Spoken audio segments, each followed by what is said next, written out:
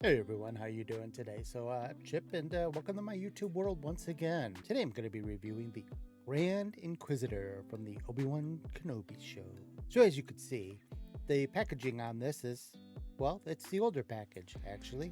This was right before they actually went to a windowless packaging. So this is the front of it, and then this is the side that has the graphic on it that shows the painting or the picture.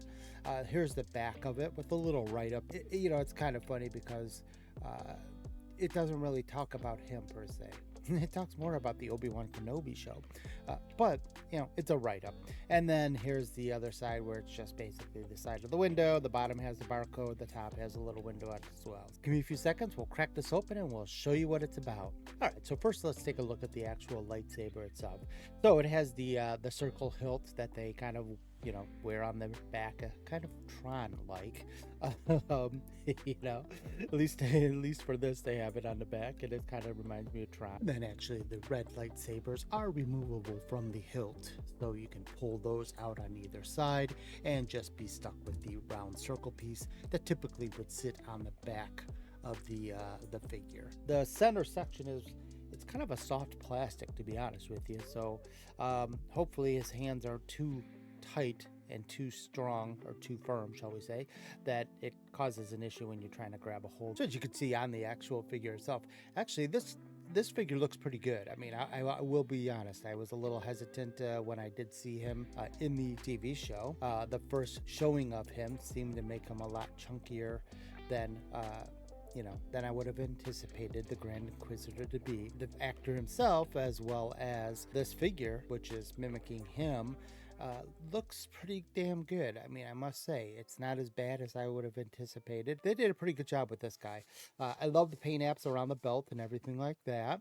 It does have the shoulder pads, per se, and I do like the fact that the shoulder pads have these little up lips, so that way you can actually bring your arms up high enough to go to a T-stance. As you look around the back side of the figure, you can see that the back of it looks pretty damn cool too. And, you can see that his, ear muff things, or his headphones, or whatever the hell you want to call them, wrapping around the back of his head and to the other side. Overall, it's a pretty good looking figure from what I can see so far. I definitely like the fact that it's two-toned. It has the darker black on the gauntlets or the arm wrists, on the shoulder pads, on part of the chest and the belt, but the pants and part of the arms where the elbows and everything is a lighter gray.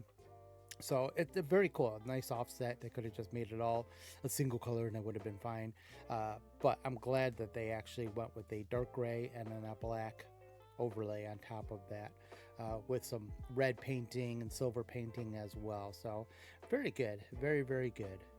So I gotta tell you, one of my favorite features about this figure, and if you've watched any of my recent reviews, it has a cloth cape. I love the fact that it has a cloth cape. Receiving some of these characters where the cloth, the capes or the jackets or whatever are not cloth, man, it makes these things difficult to maneuver. So I really do appreciate the fact that this is a nice cloth cape. It also lends for the opportunity to maybe replace it out with another cloth cape that actually maybe has wiring in the back, and then you could actually pose it or whatever. I love the fact that the interior of that cape is like a maroon red, and then obviously on the outside, on the back end of it, the outside edge of it, is actually black. So one of the things that I think is kind of weird about the cape though is that it has this little weird sewed pocket thing in the very back of it.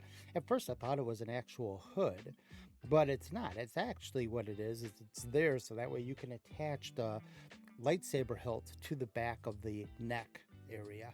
And it's interesting. I kind of, this is one of those moments where I wish they would have had the cape on there and it would have been set up all the way against the neck and everything like that, or the way it was built. And then on top of it, that they used magnets take a little magnet and throw it in the hilt, throw a little magnet in the actual back of the body, and just have it so it just snaps on with a magnet and connects up that way.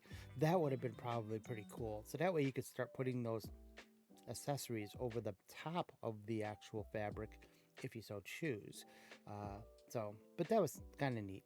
Also, or you could have put it underneath the fabric and then you could have just laid the fabric back down over the top of it and it wouldn't have this weird little hood thing. I don't even know. It's not even a hood thing. It's just kind of a weird opening. So anyway, but other than that though, I am very pleased with the actual cape. I think it looks very cool.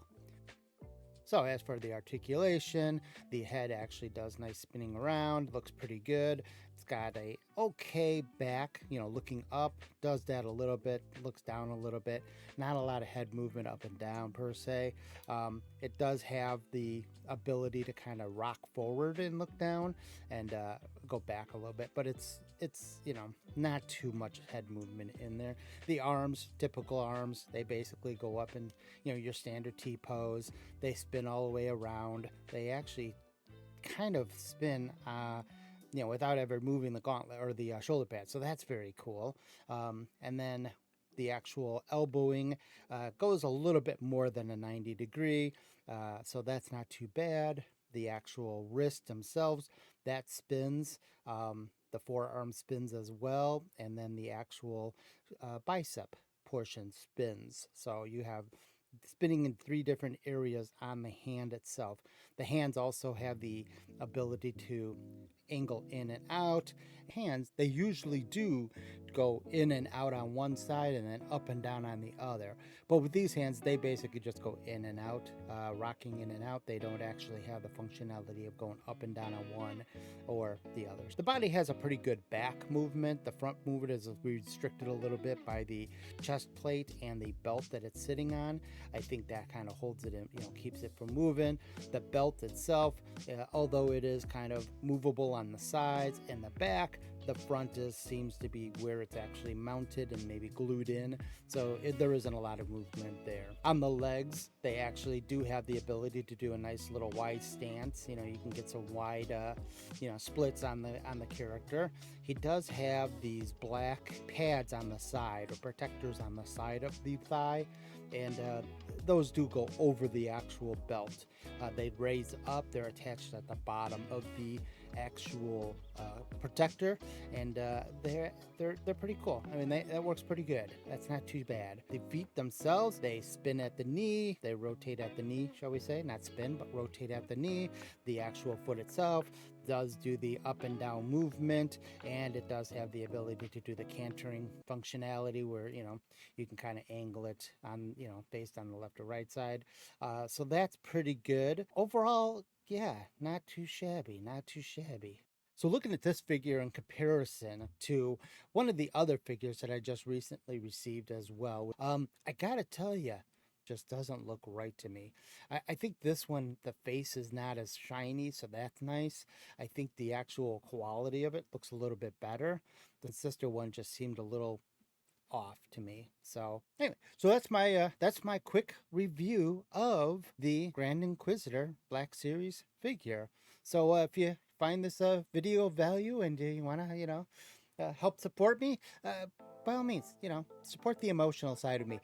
Give me a like, thumbs up, hit the or thumbs down. Yeah, either way, it's fine by me. At least I'll have some sort of indicator as to how you guys are feeling about these videos, as well as if it's something you want to keep checking out, hit the subscribe button. I really would appreciate it. So that's it, guys. Until next time, happy hunting, everyone. Talk to y'all later. Bye.